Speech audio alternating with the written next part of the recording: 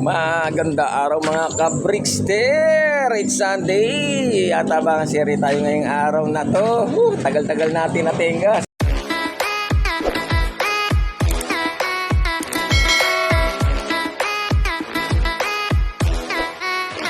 Sa paghihintay sa mga warriors natin. Tayo na nga, meron na tayong hihintayin maya-maya dahil di pa nai-release mga kalapate from Tagkawayan, Quezon. Bali 5 warriors par nang niload natin kagabi. And then yung 3 ron pina-stickeran natin. Puro atop na sila pero try pa rin natin kung sakali kung i-improve ang kanilang lipad. Kaso nga lang talagang matagal-tagal natin sali para naman layo-layo at puro paloplay lang ang ginawa natin doon sa 5 yun. Sana pala rin silang makauwing maayos at ligtas. At ayun ang ating kape. Ang ganda ng sikat ng araw. Guys, panalong panalo. At ganoon din naman sa Tagkawayan, Quezon. Tayo na yung ating natural water tayo ngayong araw na to. Ayan, pinupuno natin. Nakalak pa yung pinakapintuan natin guys for safety precautions.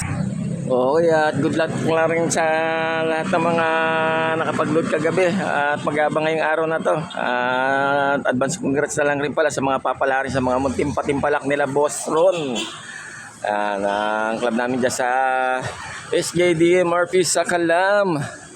Shoutout sa buong KSJ ni Brickster. Ayan. Shoutout sa aking followers, likers, viewers at subscribers. Shoutout sa aking buong pamilya, kaibigan at mga mahal sa buhay. Maraming salamat pa rin po sa patuloy niyong pagsuporta kay Brickster. At di ko na po isa-isahin guys. Love you. Ayun guys, yung puno ng bulak. Ang daming bunga ng patola. Ayun, nakalaylay.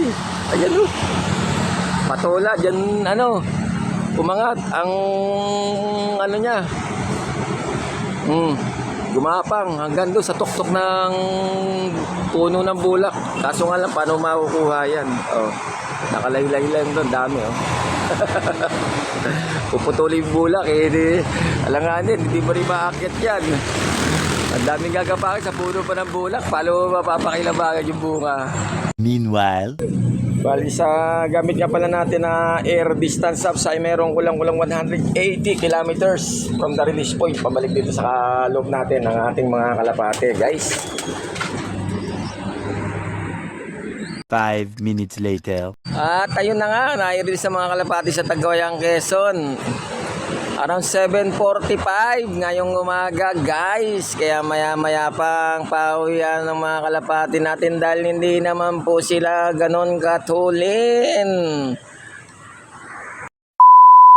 Time check 8:01. Ay nako, medyo madumi naman ating loob. Kaya tamang linis na naman tayo mamaya niyan. Okay, upon checking sa ating mga breeder ito ay pisana. Yahoo! Talaga naman si Silver. Isa lang po talaga ang kanyang itlog at walang similya yung isa.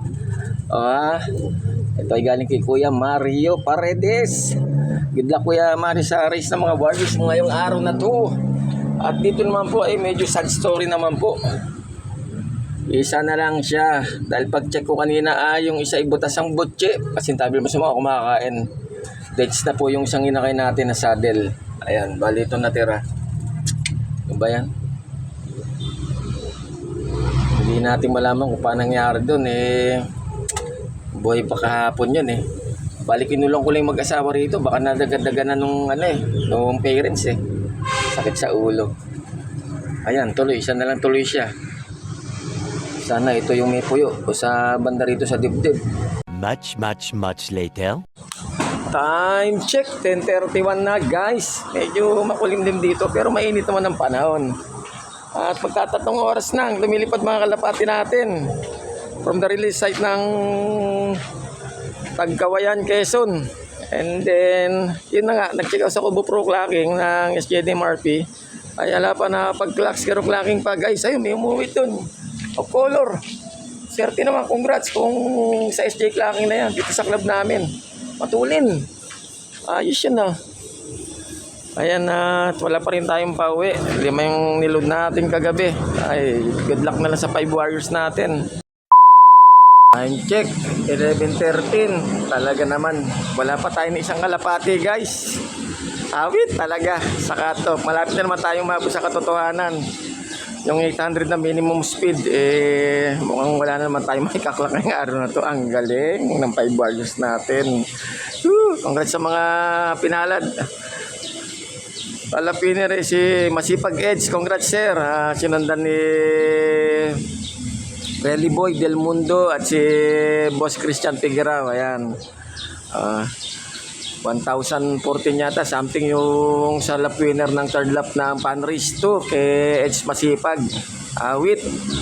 Nasa 800 plus na lang yata speedan ngayon at malapit na naman tayo sa walang pauwian. Talaga naman. Much later. Ayan guys, meron na tayong first dropper. Yung blue bar na white feather. Ayos. Nakapagpauwi rin tayo guys. Paano? Check na natin, clock natin kung anong speed itong loko na to. At na-clock na natin blue bar na white feather. Ang first dropper natin. Kaso wala na rin. Sabay cut-off na siya ng una. Pero may speed siya ng 751 point something guys. Ayan. Nakawi na ang isang kalapati natin. 4 na lang ang kulang. Talaga naman. Tuloy-tuloy lang ang gulong Brickster. Pero magsusuko.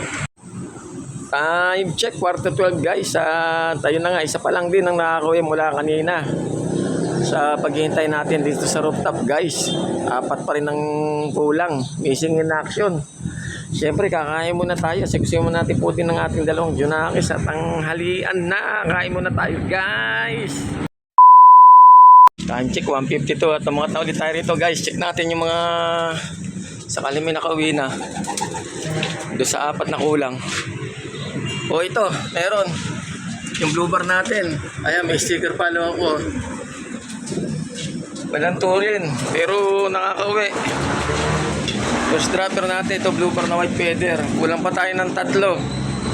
Yung checkered na white feather at saka yung mag-asawa guys. Na parehas checkered. Anong nangyari? Talaga naman. Much later. Okay guys, time check. 4:50.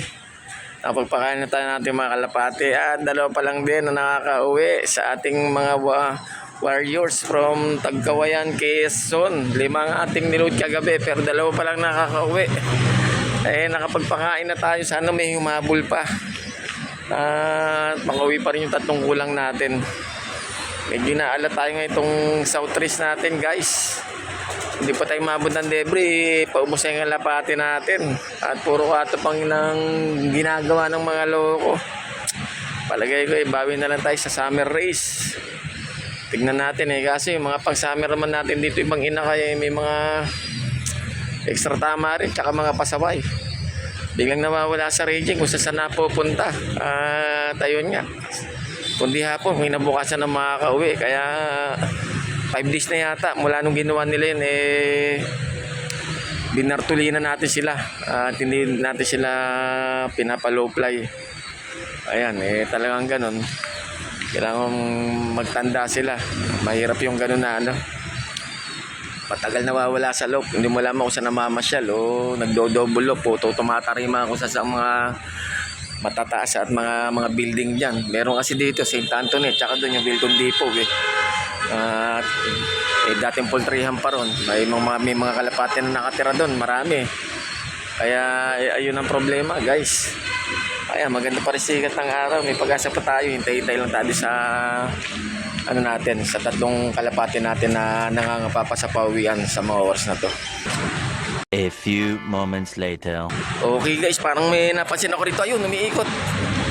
Checkered to. May humabol pa tayo sa pauwian ngayong hapon na to. Ayun na siya.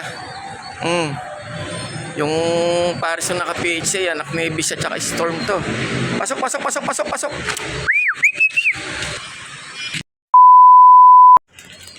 Time check, 4:55.